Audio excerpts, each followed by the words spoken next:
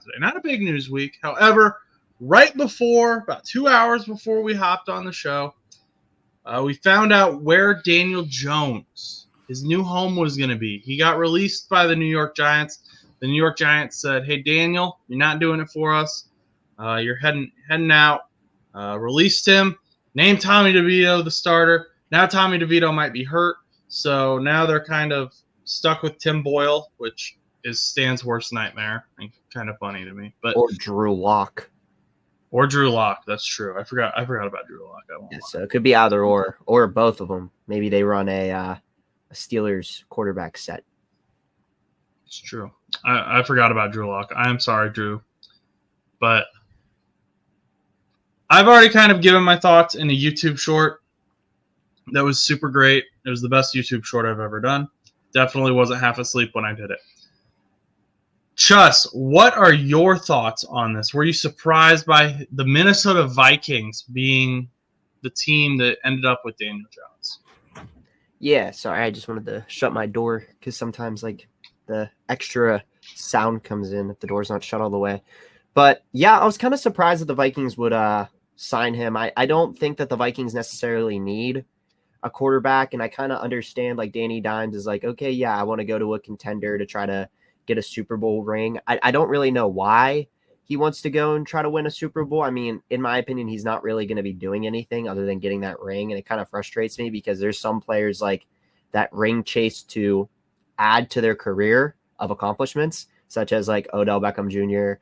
or, you know, the list goes on and on about who's ring chasing over the years and whatnot. Odell was just the first person I thought of. But when it comes to like Daniel Jones joining the Vikings as a backup quarterback, I don't know. I don't know why the Vikings decided to do it. I mean, obviously you have a solid backup in case Darnold goes down again. I mean, you do. I mean, and like, so that's a good thing. Obviously Daniel Jones is not like this superstar. It's not like the Steelers, I would say, where you have Justin Fields, who is a pretty solid starter, and you have Russell Wilson, who is a very solid starter. You have Daniel Jones, who can be good, but also has shown times where he can't be good or like struggles to be good. Whereas Sam Darnold is the same way, but he's having a really, really good season. Now, I don't expect Sam Darnold to get benched at any point this season for the rest of the year. I mean, he's done really well. So the only thing I can think of is that, yeah, they're just using him they're just having Daniel Jones on that team for insurance purposes in case Sam Darnold does get hurt, which honestly, I don't think is a terrible move, because if you look at it from like a bigger picture, if Sam Darnold goes down in your divisional round game, and like, you know, the Vikings obviously haven't had great playoff luck over the last couple of years, but if you have Daniel Jones as your backup, although he is no superstar quarterback, he'll probably still, if I was a Vikings fan, I would trust in him more than I would trust in some other random quarterback that doesn't maybe have as much experience or is like a certified backup that's only been a backup for his time in the NFL. So with Daniel Jones, he has that game time experience. He hasn't done real good in New York. I mean, then again, he hasn't always had the weapons to work with. I mean, this is the first year where I feel like he's had like a stud wide receiver being Neighbors. Obviously, he worked with Barkley, but during those times, like I don't remember if there was like any crazy. I mean, obviously, like the wide receiver core room has been struggling, and the Giants have always been kind of like up and down with the weapons. So if Daniel Jones did have to start, it'd be really interesting to see how well he would do with like weapons such as like Justin Jefferson and Jordan Addison and some of those guys, and even Hawkinson. So, I mean, the offense is good over in Minnesota, so it'll be kind of cool to see what Daniel Jones would do in the event that he would start. But it's clear that he's ring chasing. Obviously, I don't think that the Vikings are going to re-sign him next year. It's not like I'm assuming it's just a 1-year deal to finish out the season. So I don't see them being like, okay, yeah, Daniel Jones, we're going to bring you back. I mean, obviously Daniel Jones is going to try to go somewhere else that is going to want or need a quarterback, like the Raiders, or, you know, you name it, you know, he's going to probably look to go there. But yeah, so I don't know. I think it's not a bad move though. I think having the insurance in the event Darnold goes down is a good thing. but also, like I said, it's Daniel Jones, and I'm not going to think too hard into it, you know? Okay. So I actually think the Vikings will re-sign him going into next year. But why do you think that? Are you going to explain that? I will explain that. Okay, so please do. First of all, the contract is a 1 year, $375,000 deal. He's starting out on the practice squad. So any team can pick him up, like say Thursday, God forbid, Caleb Williams goes down and the Bears are like, we need a quarterback. They go and sign Daniel Jones. I don't know why they do that, but that would be freaking awesome. But yeah. I mean that's just something happens. The only reason I say the Bears is because they scrolled across the screen right when I was starting that sentence. But anyway, Daniel Jones is going to go to the place where he A, feels like he can be on a competitive team, and B, feels like he's going to actually have an opportunity to do something. The Vikings right now, their backup is Nick Mullins. And after Nick Mullins, it's Brett Rippon. I'm not a big Nick Mullins fan, not going to lie. I watched him. Steelers Eagles 2021 preseason game. He blew it for the Eagles, so not really big on Nick Mullins. It's very likely that Daniel Jones gets off of the Vikings practice squad and becomes the starter behind Darnold, right? So then you've got to look at, okay, J.J. McCarthy is also going to be back next year. But you know who I don't think is going to be back next year? Sam Darnold. Why? Because Sam Darnold's a free agent. And Sam Darnold is playing so well that his contract is going to demand more. So if I'm the Minnesota Vikings, at that point, you have to make a decision. Am I going to extend Sam Darnold and pay him more? I mean, he's in an MVP conversation this year. Or am I going to let him go, get paid by someone else, and start to develop my first-round quarterback in J.J. McCarthy?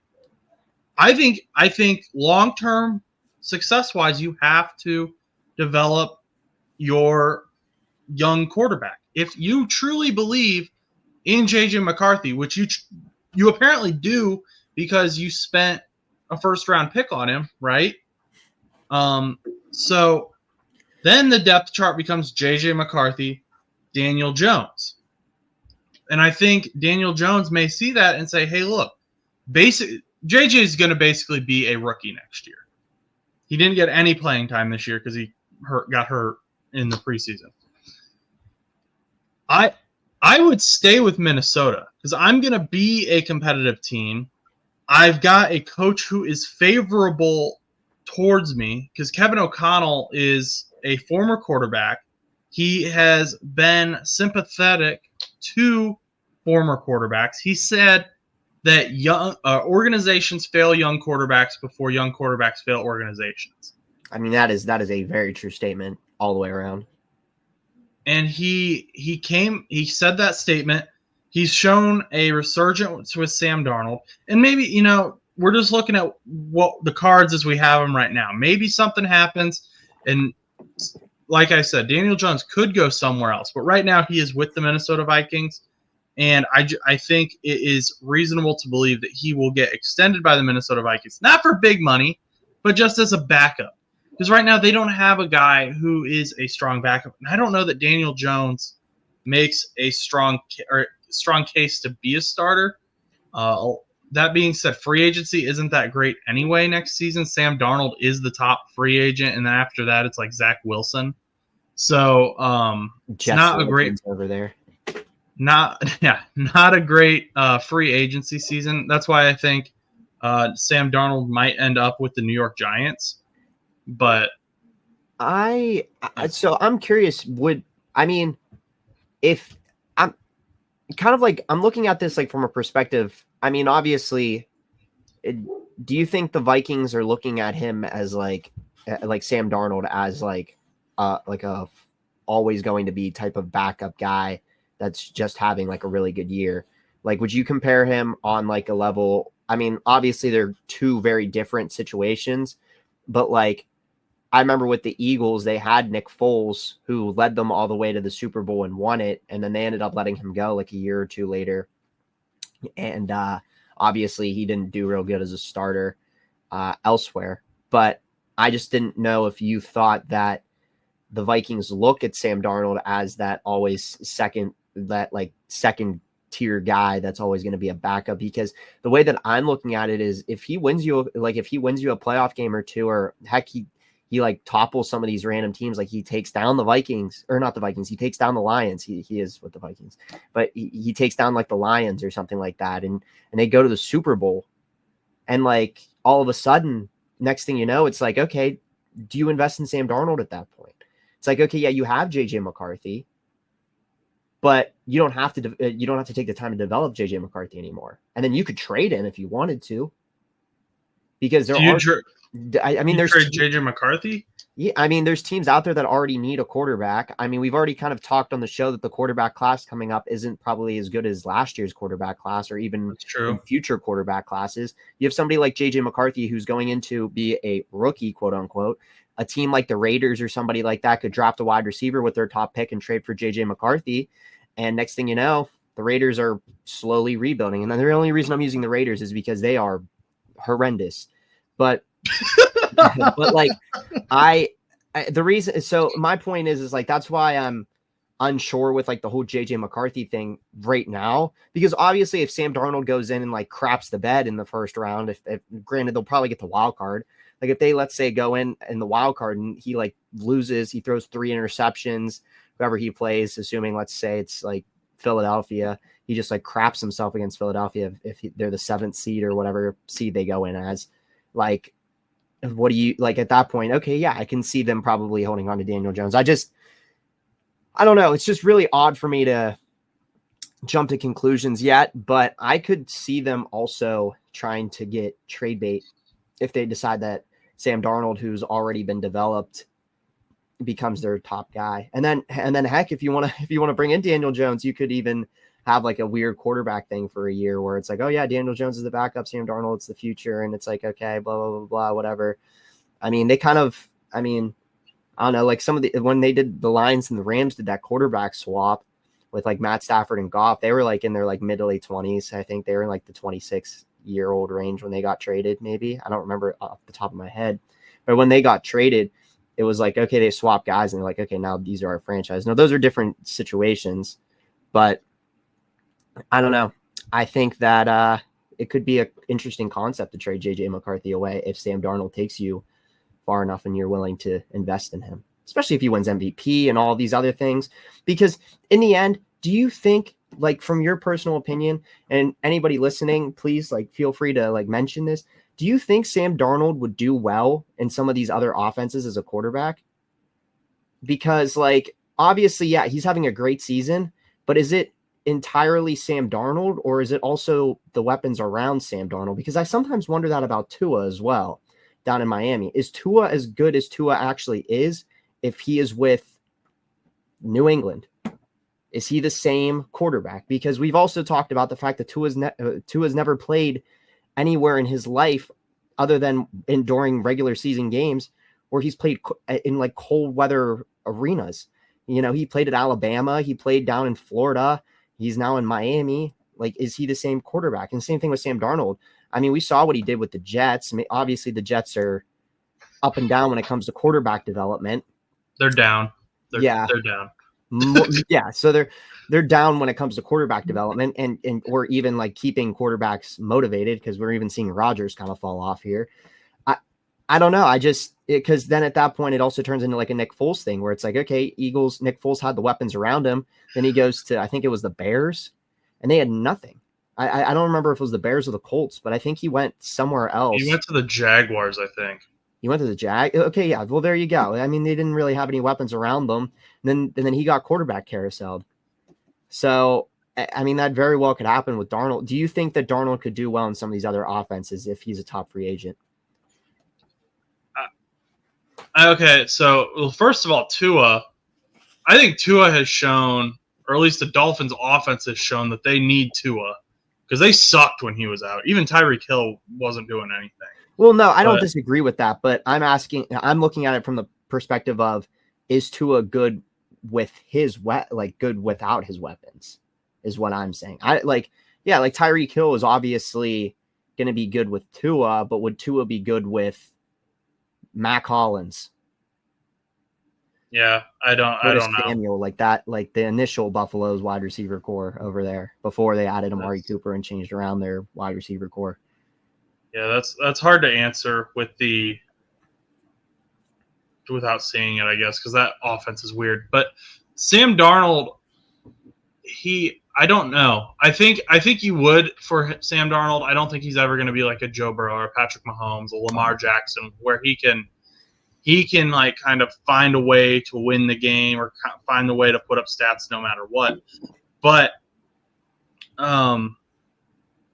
I do think that if a coach came in, a new coach, maybe Stan's wanted to fire Brian Dable for like the last 2 years. Like the Giants need a quarterback. That's why I'm going to use the Giants.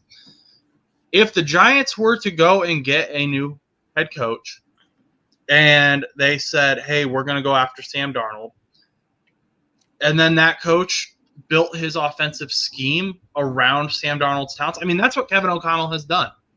Yes, they have talented players in Justin Jefferson and talented players in like Jordan Addison, but Aaron Jones.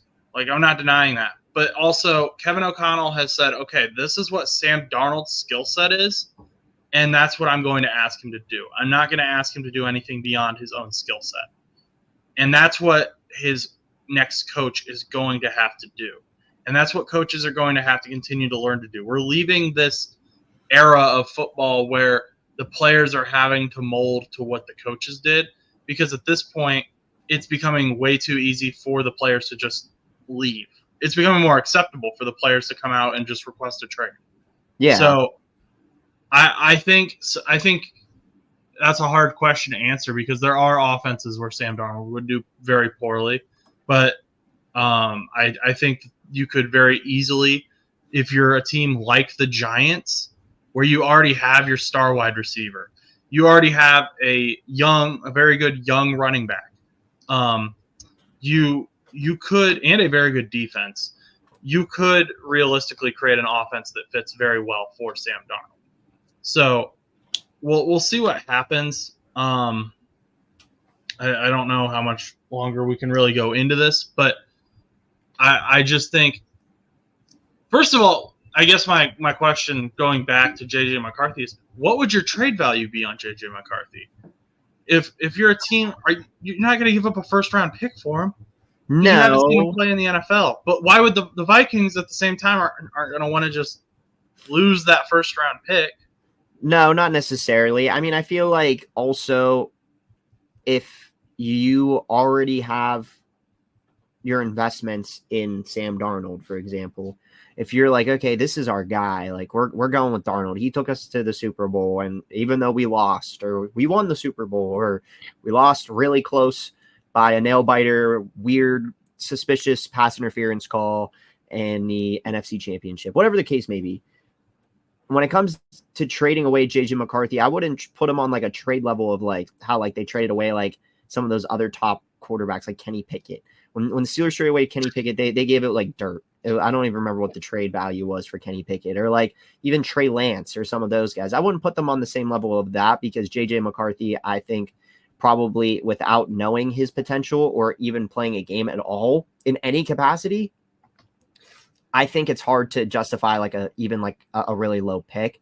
So I would probably say like second round pick, maybe even like some players you throw in or something like that. Kind of like package it, but I wouldn't do a first round pick. I don't think any of these teams would give up a first round pick, because like the Raiders, obviously, as I mentioned, if you draft like a wide receiver or something like that, the next thing you know, you have a wide receiver and then you trade for J.J. McCarthy. Maybe you give up like your second and third and something. Or like, I don't know how like high or low. I mean, obviously it's not going to be like a low fifth, sixth round pick type thing. It's going to be probably a second or third round pick, or even if you really want to go crazy, even a future first round pick. Yeah, I don't know. because like the value, it really depends on what people see in the potential of him. Obviously, we don't like some of the quarterbacks went kind of high, I think, in this draft class too, because I think some of these freaking teams kind of panicked. I mean, we talked about that with Atlanta. I mean, they panicked. They were just like, yeah, we're just gonna like draft, and Kirk Cousins is like, team was like, why is this like a thing? Like, why did you guys do this? So McCarthy might not also be like that high value quarterback. I mean, we don't know. Bo Nix wasn't valued that high. I don't think Atlanta panicked. I think Atlanta panicked everyone else. I think when Atlanta drafted Michael Penix Jr., they set off all the other teams, and that's why you had Bo Nix going in the first round. Even though he was slated as a second, third round pick, he looks pretty good still, though. And J.J. McCarthy is a good quarterback. J.J. McCarthy, national champion. I'm not saying he's the reason they won the national championship, but he has that on his resume. He does. He's on winning mentalities. Yep. Winning mentality. He's been on the big stage before, which is big with young guys. He's been under that pressure. He's shown he can perform to the capacity that his team can win the game. So I just we've been talking about this for 22 minutes here now, but let us know your thoughts below, and we will continue to follow this because I think this is going to end up being a bigger story in the offseason as well. So make sure February, March, we'll probably come back to this. Make sure you subscribe below so you don't miss anything. But yeah, I think this is going to end up being something interesting that we come back on.